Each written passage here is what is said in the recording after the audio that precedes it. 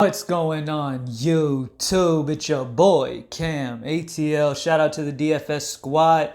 Shout out to everybody watching this video right now. Drop a like down below because I already know you're gonna love it. Subscribe to the channel if you haven't already. Make sure you comment anything down in the comment section to enter your name into the $50 giveaway that I do every single week on this channel. Also, I will be mentioning the winner of last week's giveaway down in the comment section. So scroll down and see if it is you who won the 50. And if it is, hit me up on Twitter at Cam_ATL so I can send you that 50 over. Thank you guys for joining me as always. As you know, this is the week 4 NFL Draftkings first look lineup video. Let's kill week 4. Greenlightdfs.com. Join the squad.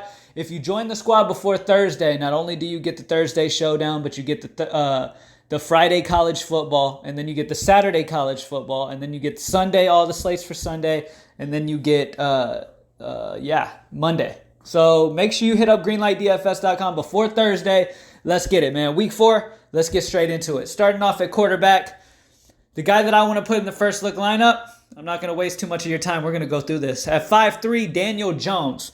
Now, here's the thing. Daniel Jones finally got his opportunity against Tampa Bay, at Tampa Bay. Threw for 336 yards, ran for 2 touchdowns, threw for 2 touchdowns, a total of 4 touchdowns. Okay? Threw the ball a bunch of times. Now he gets to go against a Washington defense that just played Monday night, giving up over 20 to Mitch Trubisky, who has had a horrible season so far.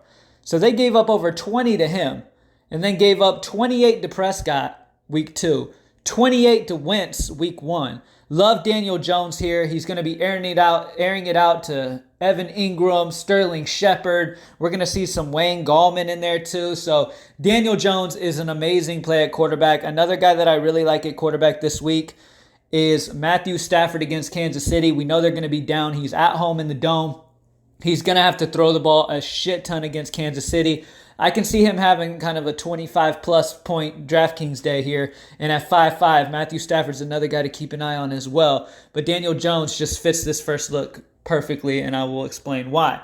At running back, now this is a tough decision because we do have some fairly priced guys on this slate, like guys who are priced really well. So it kind of forces you to spend up some places. And honestly, the place I'm leaning to spend up is Christian McCaffrey at 8'8". Now you can make you can argue going Austin Eckler there, but Austin Eckler is only $800 less than Christian McCaffrey. I don't know if I can get myself to choose. I know it's against Miami. I love the Chargers guys, obviously Rivers, Keenan Allen, Eckler. Those guys are amazing plays. I'm all over them. I love them as well. But in this first look, we're attacking the New York game solely because Chargers are going to blow Miami out, most likely. And if it stays close, that would be amazing. But most likely they're going to get up. And yeah, they're going to use a ton of Eckler. But Christian McCaffrey, I mean, the dude gets used so much. This first game with the backup quarterback playing for Carolina, he got 24 carries. Expect that trend to continue as long as Cam is out.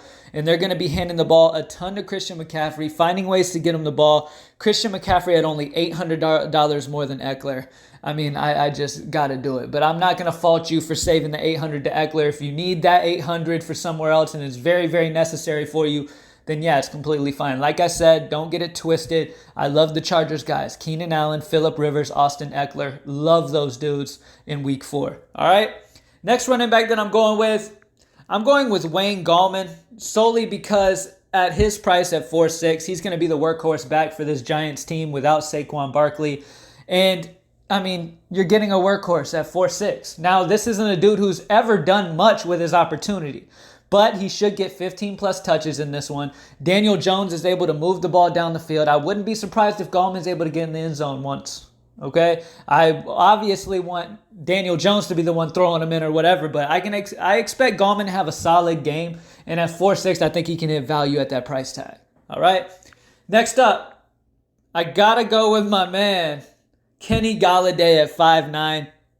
Kenny is in an amazing spot here. I talked about Matthew Stafford. They're going against Kansas City at home in Detroit. You know Detroit's going to have to sling the ball around the field a shit ton, and Kenny Golladay is the guy who's going to benefit a ton from this. At 5'9", Kenny Galladay is an amazing option. If you look, week 1, 14, week 2, 28, and then a bust against Philly with 3, that was a huge letdown. But the targets weren't down. 8 targets last week, 10 and 9 the first 2 weeks. So his targets are there. Expect him to bounce back in a big way here against Kansas City. Love Kenny Galladay. Now, pair it up with my boy Daniel Jones. You already know. I got to go with Sterling Shepard. This dude is going to be with Saquon Barkley out, there's a ton of usage to go around. Not only is that going to go to Gallman who's going to be the main running back there now, but it's going to get spread around to Evan Ingram, Sterling Shepard as well. Sterling Shepard is in an amazing spot here. Him and Daniel Jones obviously had a connection. He had 9 targets, 7 catches for 100 yards and a touchdown against Tampa Bay. Now he's going against Washington, who's been struggling against receivers, really against everything.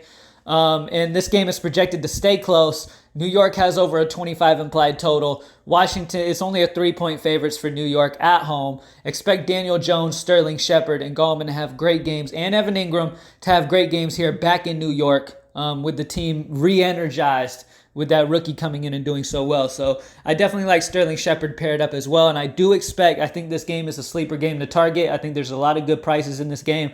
I think this is a game you really want exposure to. And speaking of which, the next guy that I'm going with is Terry McLaurin. All right, this dude's been getting peppered with targets.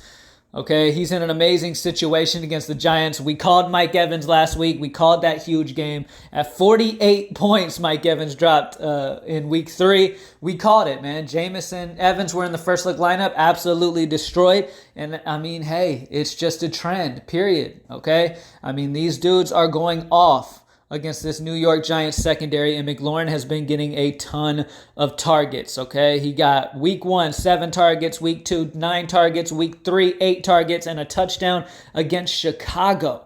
If he's doing that against Chicago, I'm predicting over 100 yards receiving.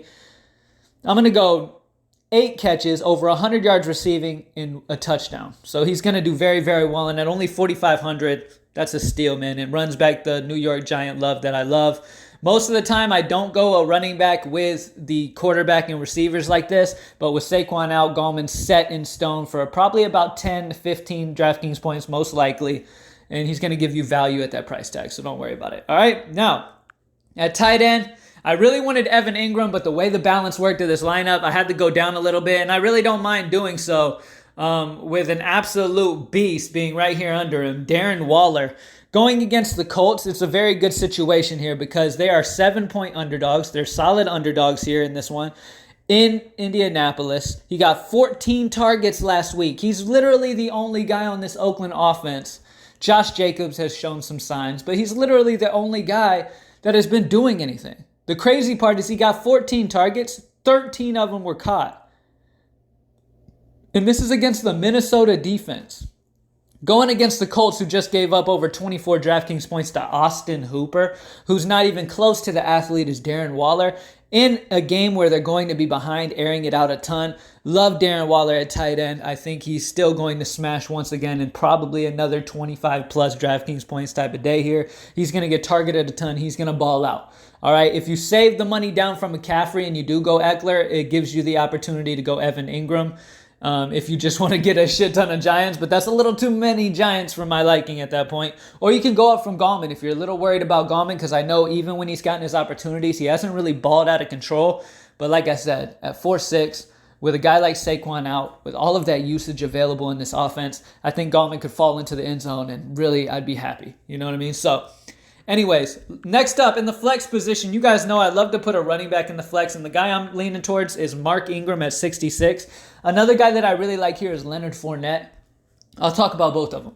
Mark Ingram's been an absolute baller for Baltimore, okay? First of all, Baltimore's an amazing defense to pair up with them, and I'm going to go ahead and put him in right here too. Going against Cleveland, I mean, dude, listen. They've been turning the ball over a ton in Cleveland, all right? This is playing in Baltimore. Baltimore is one of the best defenses in the entire league going against a turnover-prone quarterback in Baker Mayfield, and they're only 3-2, okay? Love the Baltimore Ravens at home at only 3-2, and I love playing the running back on that team as well because the defense is doing well. There's going to be more touches for the running back. Mark Ingram at 6'6". He's at home in Baltimore going against the Cleveland team that gave up over 28 DraftKings points week 1 to Derrick Henry, over 21 DraftKings points week 2 to Le'Veon Bell.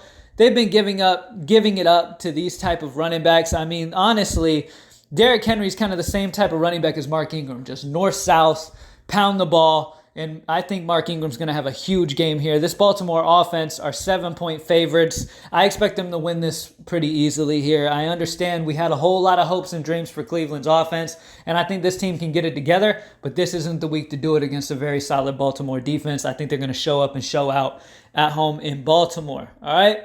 And so, yeah, Mark Ingram's an amazing option. And the best part about Ingram, too, is he gets some shine in the pass game as well a little bit. So if they do throw the ball, they can do little dump-offs and stuff to him, too.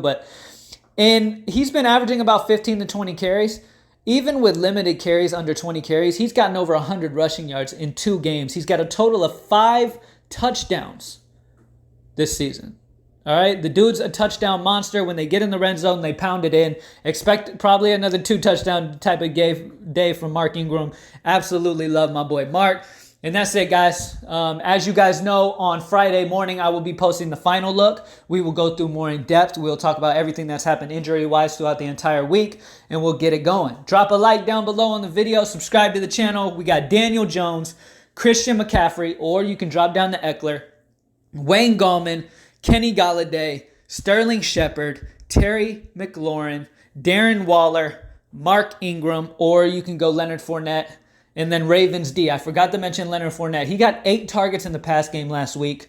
Okay, this boy Minshew loves to dump it off to his running backs. I love the fact that I'm seeing Leonard Fournette get involved this heavily in the pass game. I think it is a very good situation for Leonard Fournette. I think he's going to have a huge breakout game here soon. This offense has been rolling a little bit better with Minshew. This rookie's been really moving that offense along. So expect Leonard Fournette to also be a very good play. So that's another spot that you can save $600 as well. All right, guys? And that's it, man. Thank you guys for joining me as always. I hope I was able to help out. I hope this first look smashes once again for week 4. Greenlightdfs.com.